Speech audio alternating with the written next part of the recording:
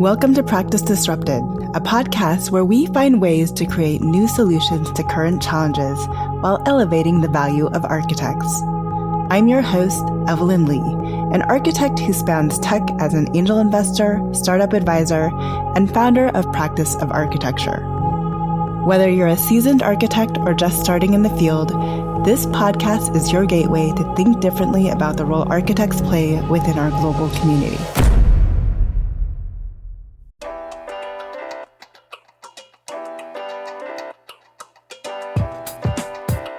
Hello, Disruptors. Welcome back to this week's episode of Practice Disrupted. Today, we're exploring the space where the built environment meets technology with my guest, Bryan Boyer. Bryan is the co-founder of Dash Marshall, an architecture and strategic design studio, and he serves as faculty director of the Urban Technology program at the University of Michigan. His work and writing focus on how data, code, and automation are reshaping the way we design, build, and govern our cities. Through his leadership at Michigan, Bryan is helping train the next generation of designers who will be equally fluent in architecture, planning, and technology, preparing them to take on roles in entrepreneurship, policymaking, and practice. His concept of urban technology challenges us to see cities as both physical and digital systems, and to rethink how architects can stay relevant in a rapidly digitizing world. We'll talk about the origins of this program, what makes it unique, and why architects need to think differently about risk, innovation, and the fragmentation of the industry if we want to design for a better future. Hello, Bryan. Welcome to the show. So happy to have you on Practice Disrupted. Hi, yeah, thank you so much. I'm really happy to be here with a chainsaw in the background. Well, now our listeners at least know what that buzzing is. Before we get into it, can you tell us a little bit about your background and how you ended up on maybe the academic side of things? Sure. My background is I started college and dropped out almost immediately to go work in tech in what I think of as like Web 1.0 era. So this was in the early 2000s. And then at some point decided that I wanted to do the work of all the coolest people around me working on the web at that point. And they were all like architect refugees who had studied architecture and then gone into the web. So I went to study architecture. And so fast forward to today, and my work is kind of a blend of urban technology, kind of helping people think about how technology affects the built environment and plan for that, and then straight up architecture. And so for the past 5 years, I've been at Taubman College at the University of Michigan as the faculty director of a new Bachelor of Science in Urban Technology that we created. Yeah. So I think, a lot of people will be hearing this term urban technology for the first time. And I know you just kind of alluded to what that is. Can you expand upon that definition a little bit more? Yeah. So, one of the easy maybe buzzwords to think about in this context is smart cities, which has kind of been bouncing around for a long time. But I think even that is pretty useless. Like, what actually does smart cities mean? So for me, and the way that we think about it in the degree program, it's actually really foundational. It's what happens when data, code, and automation get applied to the stuff that architects, engineers, planners, real estate professionals, and the people that operate the built environment do all day, every day. So, in that sense, it's really responding to the kind of slow and ongoing digitization of our work as people who focus on the built environment. If you think about publishing media like music and film, you think about basic productivity and business stuff, like so many different industries, essentially all industries have become digitized over the past few decades. And yet the built environment comparatively is relatively not. And so that's kind of still a lot of work to be done in this sector in terms of modernizing the way that we use software and hardware to do our work differently and hopefully be more productive. What is your personal take on why we are so slow? Well, I think one of the issues is that the work of, I'll just focus on architecture because that's the world that I know best. The work of architecture is obviously a very broad spectrum of different types of practices and interests, but a lot of firms think of themselves as doing very innovative work. They're not trying to build the same building over and over again. And yet the structure of the business, the way that we're compensated, for instance, the way that we're contracted, doesn't recognize that innovation work at all. And so there's actually there's not much fat in our businesses. There's not much money to use to experiment, to invest in new technologies. It makes firm owners very cautious about that because it could be the difference between being stable or not, right? And so that's a very different financial profile and therefore risk profile from, say, a tech company, which if you have venture funding, the whole point is to use that pile of money to take some risks that are informed and reasoned, that hopefully they pay off in a big way. So I think that's one piece of it. I think the other piece is more, well, I guess it's kind of equally systemic, which is the way that American architects have been advised since, I struggle to remember ProPac, but like since the middle of last century was basically to move away from means and methods and to move toward a smaller and smaller scope and essentially shedding risk because of that. But what it means is that our work on the design and formulation of the built environment is horizontally disaggregated. The architect works with the engineer works with a construction manager, they both work with a construction manager. There's a bunch of, subcontracts underneath that, yada, yada, yada. And so that in aggregate, the team that it takes to produce a new building or a new public space is extremely fragmented horizontally. And that produces a situation that I think of as chain drain, as in the intelligence is draining out of the supply chain at every single link that's there. And so again, if I think about that in comparison to the experiences that I've had in the tech industry, a company like Google or Salesforce, for that matter, is effectively vertically integrated. You control all aspects of the product that you produce, and therefore you also benefit from any efficiencies that you can find within that process. But really importantly, you get the feedback of your users and you can integrate it into the next iteration of the product. That loop, that feedback loop, doesn't exist because of the broken supply chain that we have in the built environment. Or it's more costly to acquire. Let's think of it that way. It's more costly to acquire, but I think for me, and I don't want to digress from our initial conversation, though, it also goes a little bit back to scalability, right? And the fact that everything that we build is a prototype in and of itself. And I think that we don't necessarily value that in the same way where like an engineer who is usually paid much more coming out of school than an architecture person. But like if they do one thing in a vertically integrated product that scales to multiple millions of people, the value of that one thing, albeit much smaller than the many things that they could be contributing as like a new architecture grad, is also much larger, right? Were you at Taubman before the Urban Tech program was created? Tell us a little bit about how the Urban Tech program came to be. Yeah. So I started at Taubman as a visiting professor in 2019 and 2020, that academic year. So it was a really exciting moment. It was when the entire world and education system went through a radical shift. And so during that time, I started talking with the dean about this idea for an urban tech degree that he had been germinating for a while. And so it was... Was that one of your interests in going there as just like even visiting faculty? Well, I taught a thesis studio with architecture students, and the premise of the studio was the building is not enough.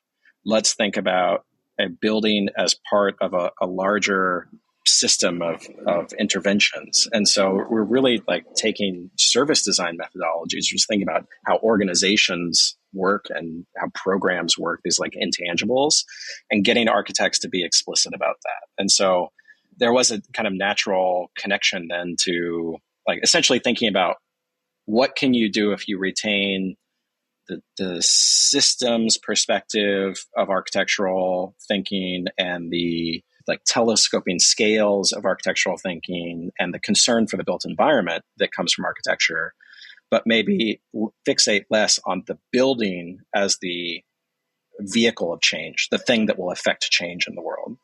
And that comes from a pretty simple starting point, which is if you want to increase health or decrease hunger or increase economic productivity of a community, usually building a building is one of the slowest ways to do that.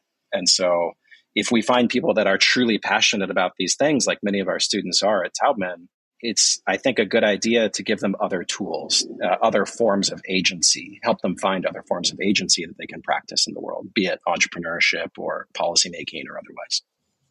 A lot of our listeners, I think, have like an architecture degree, right? So they've gone, whether it's a Bachelor of Art in Architecture or Bachelor in Science or a BArch or MArch or what have you.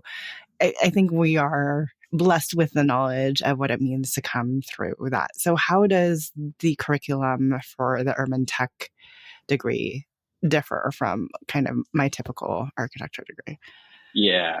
So I also have 2 degrees in architecture, so I know it inside and out. And it was, one of the hopes of the curriculum writing process, which was, I was very involved. We'd also worked with faculty across the college, so it was by no means just me.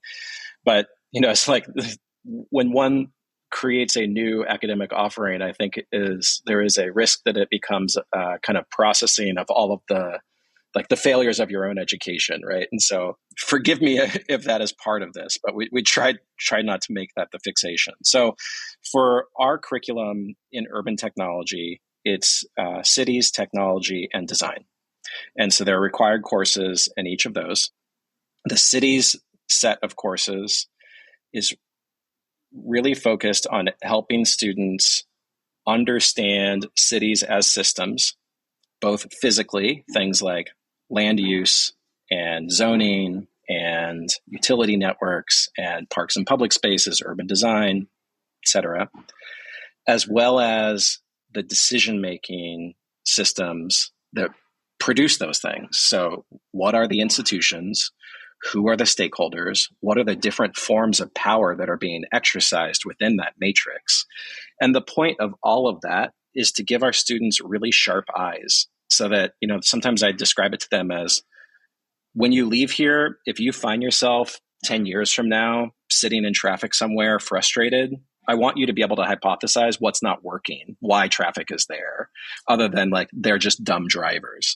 Or if you find yourself teleported to the market square of a city in a place you've never been to before and you have no reference, I want you to be able to use your understanding of how cities have worked throughout history and your observational skills to start making some sense of the world around you. And so it's really about getting to the root of the experience and therefore the potential challenges, right, that might become things that you could latch onto as an avid problem solver or a proactive person in the world. So that's the cities bucket. The technology bucket is go learn how to code, go learn how to do data science, learn what an API is, learn what a database is, and just get past the point that you're afraid of that stuff or that you say, oh, it's too complicated, it does some stuff over there and it's magical. And so the point there is that in the built environment, there's not enough technical comfort, is my feeling. It's been a minute since I myself was in school and since I've taught architecture students, but I still see, pretty like people are using computers all day long and often even are like relatively tech comfortable, but it kind of plateaus at using the software, not thinking about where the rough edges are or the fact that actually a lot of the software that we use in the built environment professions, I would describe as actually we put up with. It's pretty shitty software often. And there's lots of opportunity to not just do things like, make an efficient panelization module in Grasshopper, but also just improve your workflow and reduce the amount of work that you're repeating, the number of, buttons you're clicking to do something. And a lot of technological debt, I think. Yeah, exactly. A lot of technological debt. And I think I don't know anyone or any firm-wide who is optimizing for the full use of what even just comes out of box in any software program. So, yeah. So that it's a little bit of a digression, but the technical piece is like, don't be afraid of technology and don't be bamboozled by it. Like have as much as we can, have clear eyes about what is capable, what the capabilities are, what's reasonable.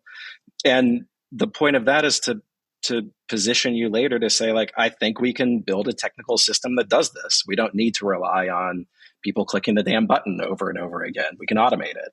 And to do that with, some basis of reality. And so then the third piece of the curriculum is design. And this is the one that takes kind of the most, I think, effort to describe with a conversation like this, because it's not architectural design, it's not spatial design, it's not urban design. We are focused on interaction design and service design, and then what we call strategic design. And so, if you think about training people to create digital systems that reshape the architecture, engineering, and construction world, or everyday life on the sidewalk, then that means that's going to largely live in screen-based interfaces that cause stuff to happen. And so we need to be really proficient in designing screen-based interfaces, doing UI UX work. But the built environment is unique in that almost nothing that actually changes the built environment is completely on the screen. So, one of our colleagues at the university in engineering, Bronco, runs a company that does internet-connected stormwater drains. Right? It's like, no offense to Bronco, it's like so boring, but so essential, so important. Like, I would have, before I visited his lab, I would have never thought that I could get excited about a stormwater drain. But then I go to see it, and he's like, yeah, so now the person in a small town in Michigan or Indiana or wherever that is responsible for not getting the town flooded doesn't have to wake up in the middle of a storm and go to the stormwater drain and literally pull a thing out and measure it and then push another rod to, open the gate or whatever it is. We can do that from home and without all the personal risk that's involved. But we can also, because that is the monitoring of that system of stormwater is now producing a data stream, then we're set up to do things like be predictive about it. And so it's a good example, I think, of the kind of humility that we're trying to bring to urban tech and the popping of the bubble of the hype around it. Because at the end of the day, there are just these kind of very straightforward places where things can be better and more contemporary, simply in the way that we're familiar with from other aspects of, say, our consumer life. And so it's a long way to say that the design is really focused on digital technology and then the kind of organizational or process-based design that goes with that. And that's what's wrapped up in service and strategy for us. So it's a very unique program, right? I think there's people that go into technology and kind of find their way to this space. There's people that come in from architecture. It's an entirely new program that doesn't exist anywhere else. So where did you find your first cohort of students? Yes. So there's only one other program in the world that we know of that is called Urban Technology, and that's at Cornell Tech in New York City. It's a master's program. So there are, I think we share a lot with other programs that might focus on, say, innovation or design thinking or urban analytics. Often those also exist at the grad level. So it is somewhat unique at the undergraduate level, and then the emphasis that we put on design as kind of the form of agency, the thing you're going to do afterwards is I'm going to make a thing. That's unique. And so the way that I think about it now, and honestly, if you asked me 6 months ago, it would have been different because it's continually evolving, is that as an undergraduate program, it's really meant to be a kind of liberal arts for the urban era. And the intention there is that if you come study with us, you'll have this broad set of perspectives and you'll have some technical and some design skills. And you may then go on and be a really great student in an MArch program and an architect, but you will have a broader base to do that from. Same thing if you pursue planning. But I think we will also see that our students go toward entrepreneurship or toward political positions. And that's by design. We want it to be a diverse cohort because we think that the kind of the learning through osmosis of different perspectives that show up in the classroom when it's not attached to a very particular identity of architect is important.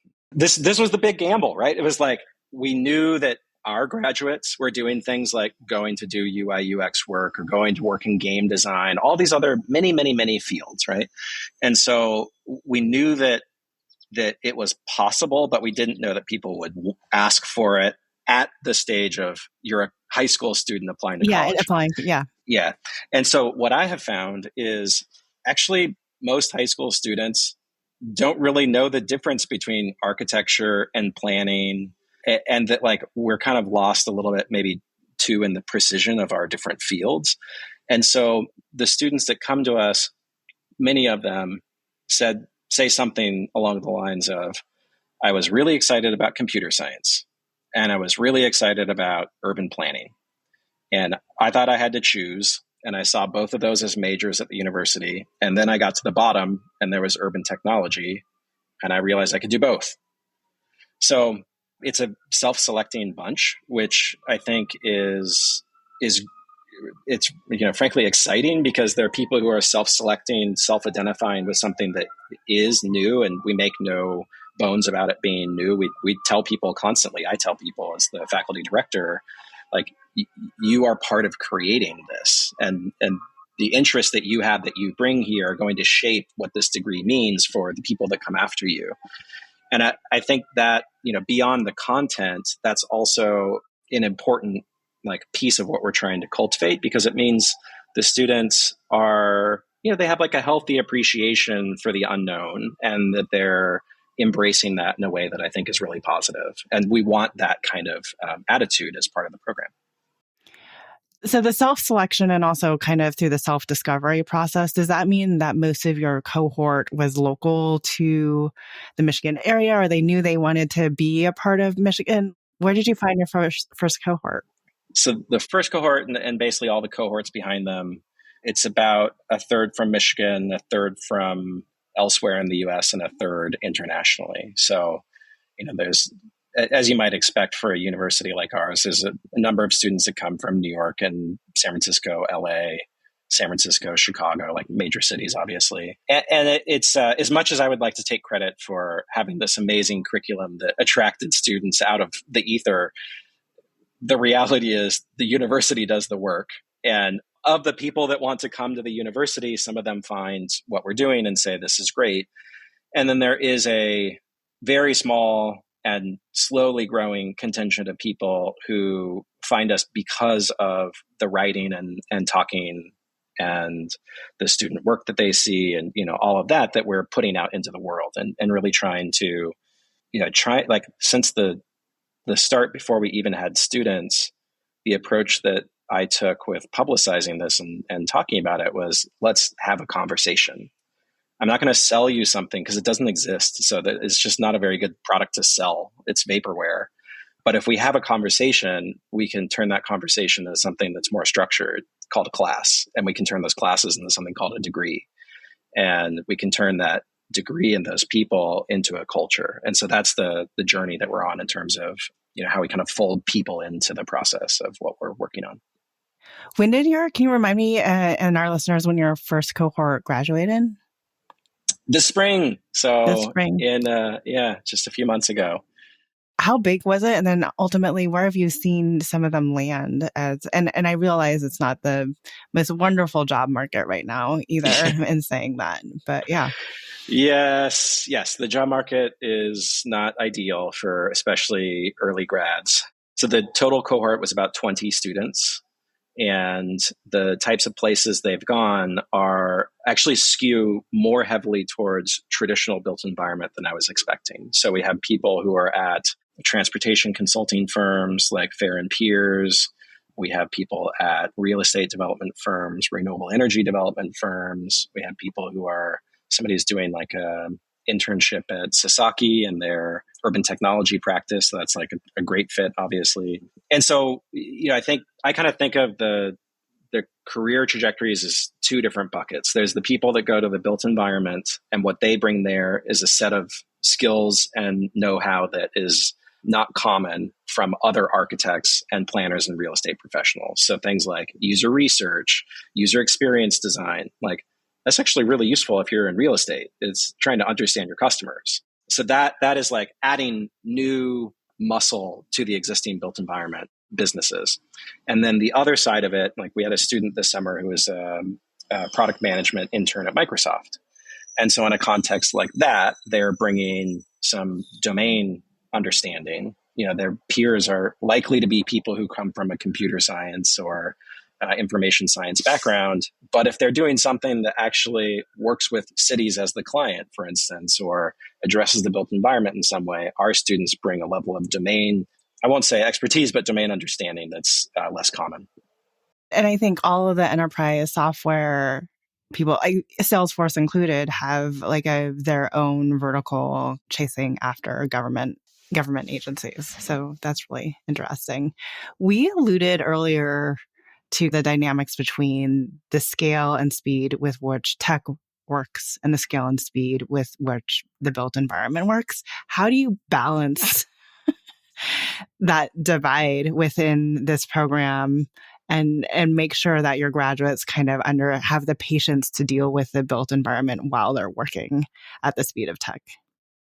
So it starts with just being explicit about it. And so, for instance, I'm going to go on a little bit of a tangent. I'll come back, but we have this question of where the students are going to, where they want to work and where they might intern before that. And so even at the level of how do you get an internship at Microsoft versus an AEC firm?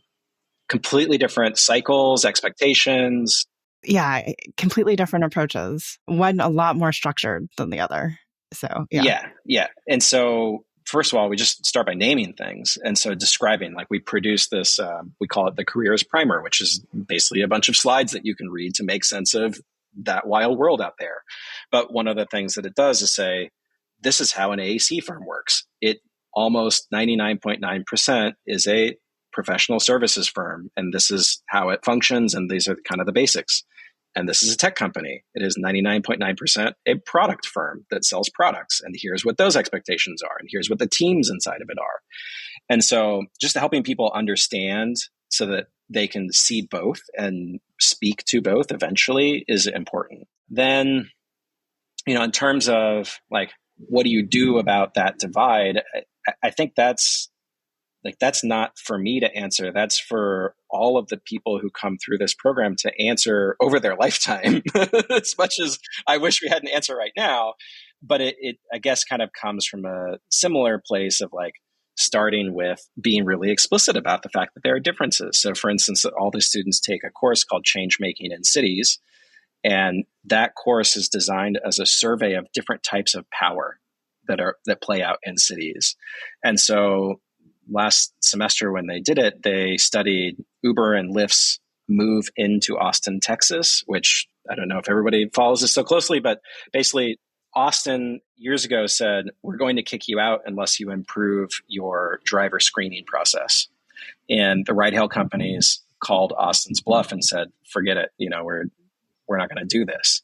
And so it's an example of like the kind of unusual contest between a tech company and a government. And in this case, the state government came in and preempted Austin. So now you have two levels of government and a private company, right? Like very different forms of power than, say, play out in a real estate transaction. And so we want our students to be aware of those dynamics so that they can both critique them and also potentially use them, hopefully in a considerate way. And you can only do that if you like kind of see it in a clear-eyed manner. And so that's where it starts for us. And maybe just to like share a last part of that, when I worked at Sidewalk Labs, which is Google's smart cities company that's now defunct, and worked very closely with Dan Doktorov, the CEO, and Josh Seifman is the number two. And Dan used to say, we are bridging the gap between the urbanist and the technologist. That's the work of Sidewalk Labs. And the way that I think about it is that our degree program, the goal is to create a generation of students and professionals that don't believe that that gap exists, because it doesn't. That's how old silos of expertise have organized the world. But our actual experience of the city is fully physical and fully digital in 2025. That's the reality of it. we've kind of talked about the evolution of this program, but it squarely sits within Taubman, which is, it sits in an architecture school for all intents and purposes. It is an architecture school. It is an Yeah. architecture school. Well, I should say architecture and planning. Yeah. Well, so has the reception around that been? And I say that, with highest love to all of my architecture people and professors. We do kind of wrap our arms around each other and treat us ourselves extra special. So what's the reception of the program been like within the architecture school? Yeah, and I'll just share very frankly, when we started the degree, when we started the planning work for the degree, having faculty workshops and things like this, I think it's reasonable to say that the starting point was somewhere below zero in terms of level of excitement. Like there was sort of negative sentiment towards the idea of urban tech.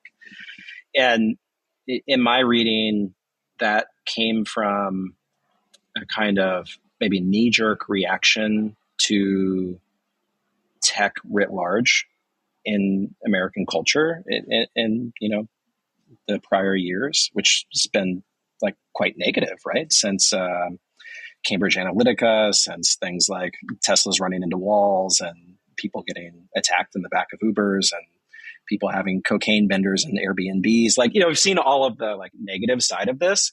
And so a lot of the work that I did early on was to kind of dig out of that hole that we were in terms of negative perceptions and talk about like, yes, that all those things are true, and those are risks that we should work to mitigate or push back against.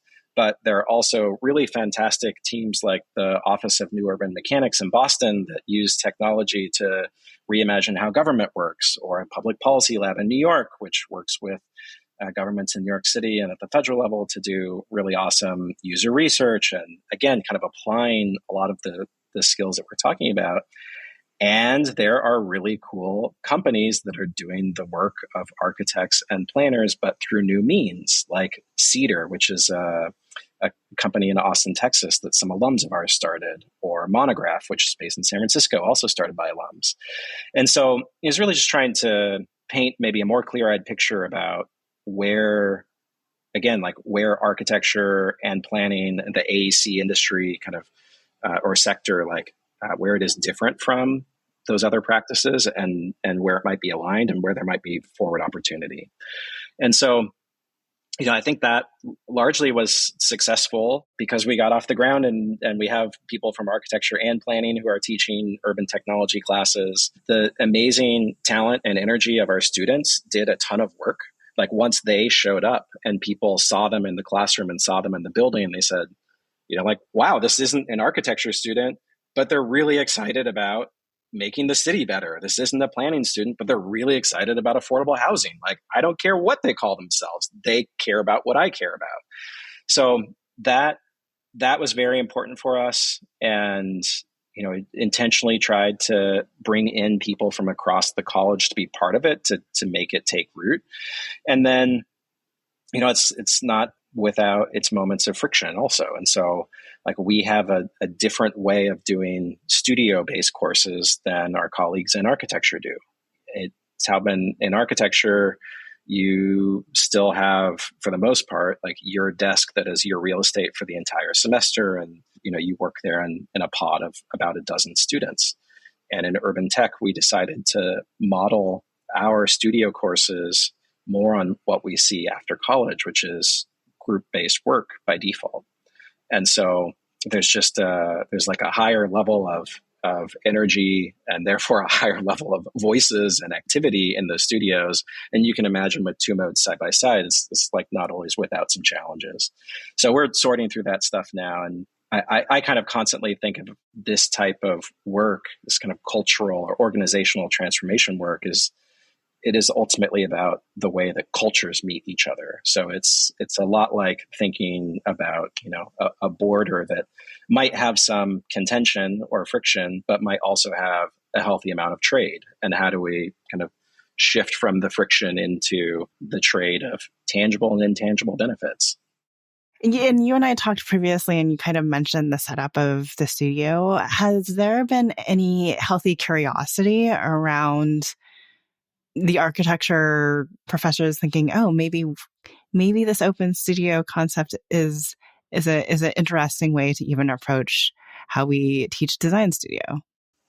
Yeah, well, so since we built our urban tech studio, which is a kind of shared space like common room, we Taubman Architecture has then built something we call Studio Reassemble, which is a zone of our a big open floor plate area like many architecture schools do. Kind of took a quarter of it and made very different, very dynamic, very expressive like work pods of different types, some in the round, some with big long tables, some with little clusters. And so that I think was we were a predecessor to that. And so it's at the end of the day, like for instance, we are growing the number of students that we have in the building. We are not growing the building. So it is kind of just math at a certain point that we need to explore different ways of working just from a practical standpoint, pedagogically, culturally. Like I personally believe there are imperatives there as well. But if you don't agree with that, you still have to at least contend with the fact that you can't keep adding students to a building and not do something about it. Yeah.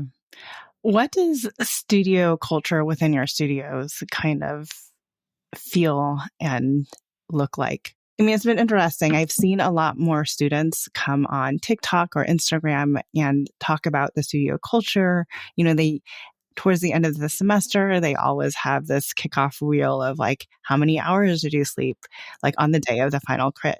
So what does studio culture look like in an urban tech studio? Yeah. Gosh, I wish I had some of the students here to keep me honest.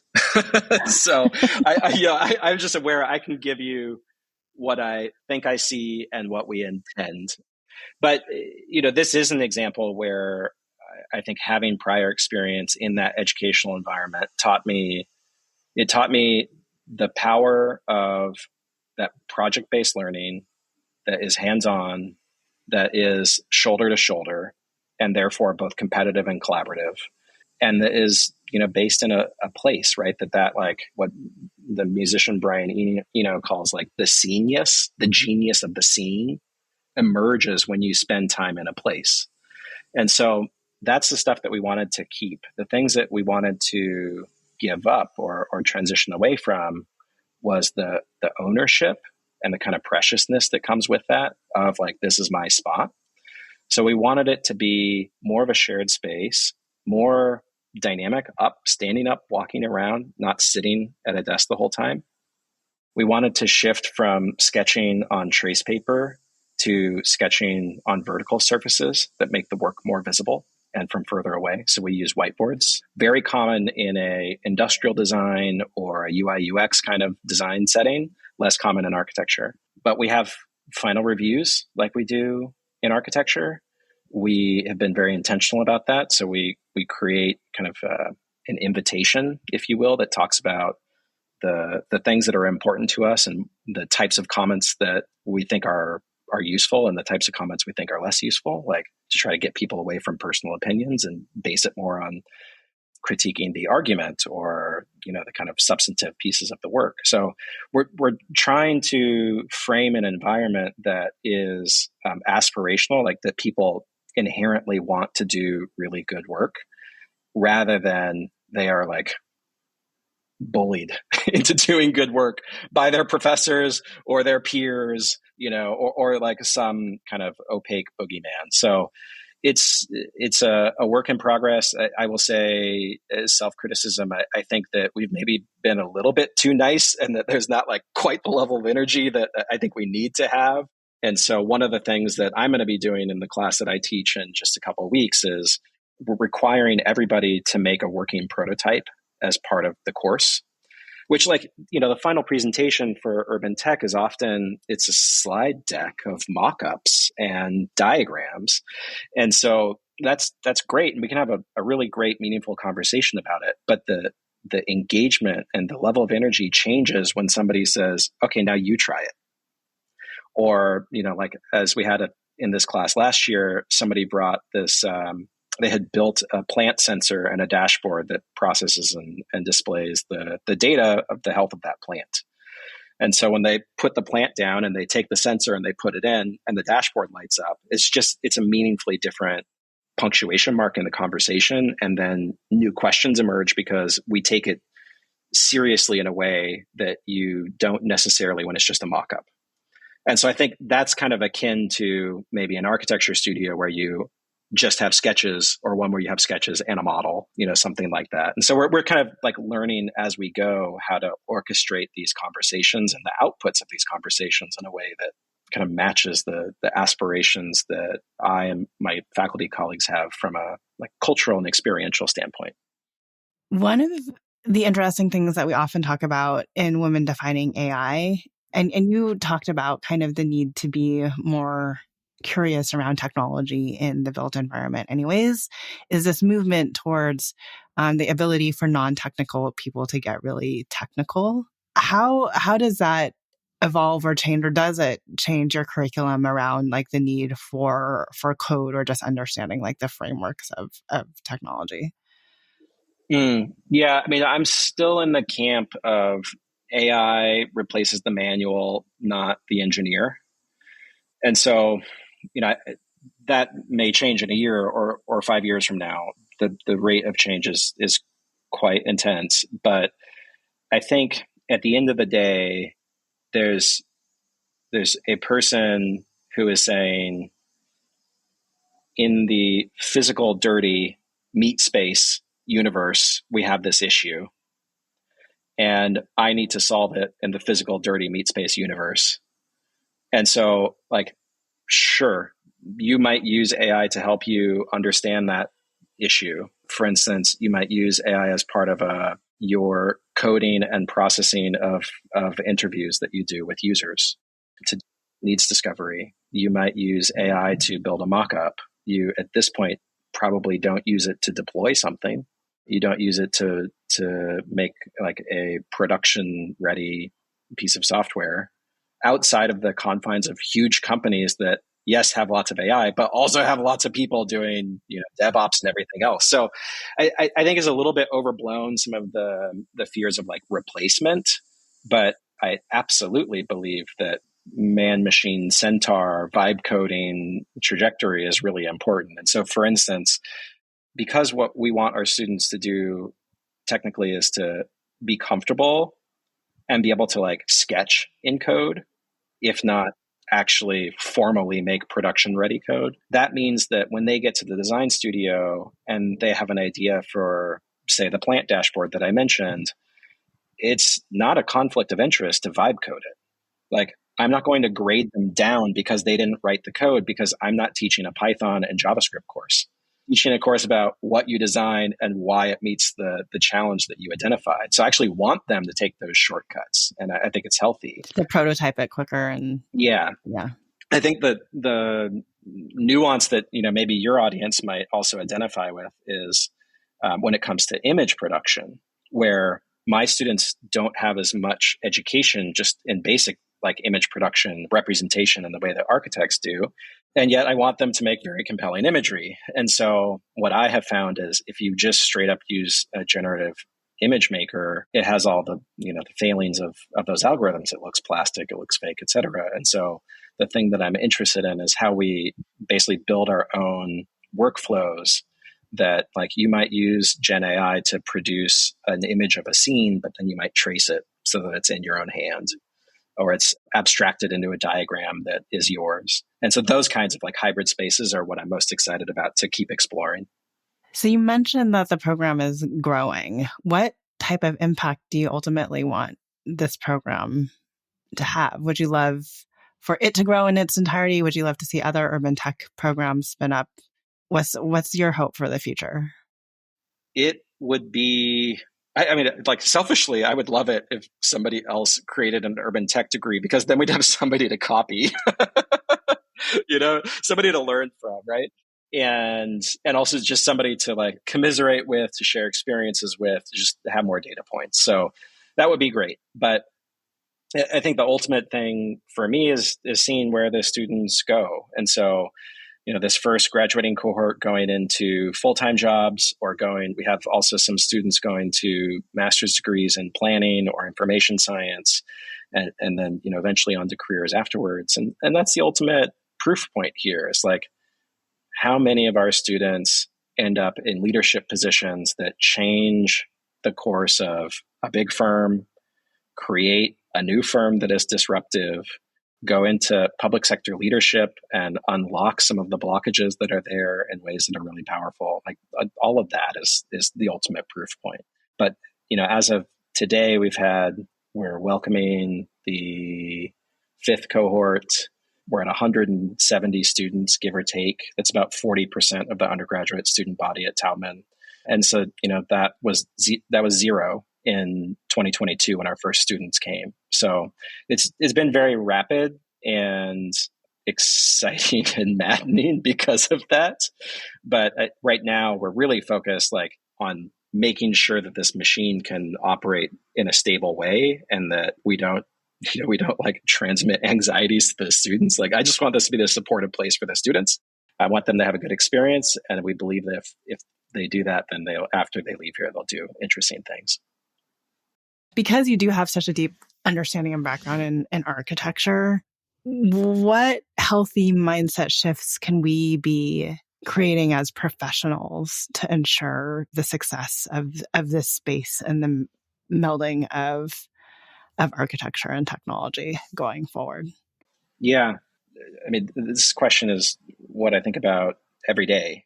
Beyond what I just described, for our urban tech students, I think maybe another way to think about the ultimate success of the degree will be if we see some of what we're doing rubbing off on the existing Masters of Urban Planning and Masters of Architecture programs. And so, I think about the most plausible version of that. I am just, I guess, shocked that, as far as I know, architecture schools do not really ever do any user research. They don't train students to do user research, understand user needs, not in a structured way. So if you go to industrial design or UI UX, like I mentioned previously, extremely codified methods for how you structure an interview, different types of tools you might use, like card sorting or other mechanisms to get to an understanding that you can act on later.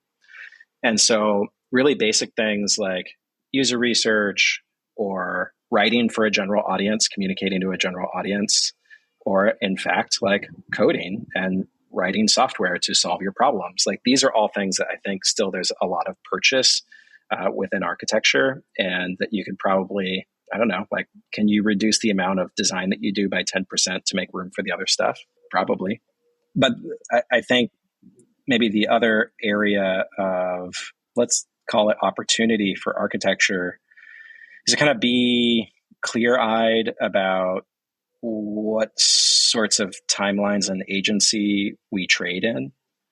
And my very gross characterization of what I see through the keyhole view I have of academic architecture in the US is that kind of train students to think about 20 plus year timelines. Right? It's you don't really get too bogged down in all the technical details, design that amazing museum or that amazing housing complex, and we'll just kind of assume that it will work out. And I guess I feel more impatient than that. I feel it's imperative that people who actually care for the city, who actually care for the people that live in those cities, want them to be places of shared prosperity, joy, sustainability, that they work with urgency. And so that means maybe toning down the grand visioning and ramping up the ability to understand the actual challenges of economy and policy today, and to find the cracks in that armor where you can make a difference. And so I think if I try to summarize that, we've kind of indulged the utopian vision perhaps a little bit too much. Or that if we maintain that utopian vision within the community of architects, I'd hope that we could cultivate a parallel conversation that's okay, long term and also more near term.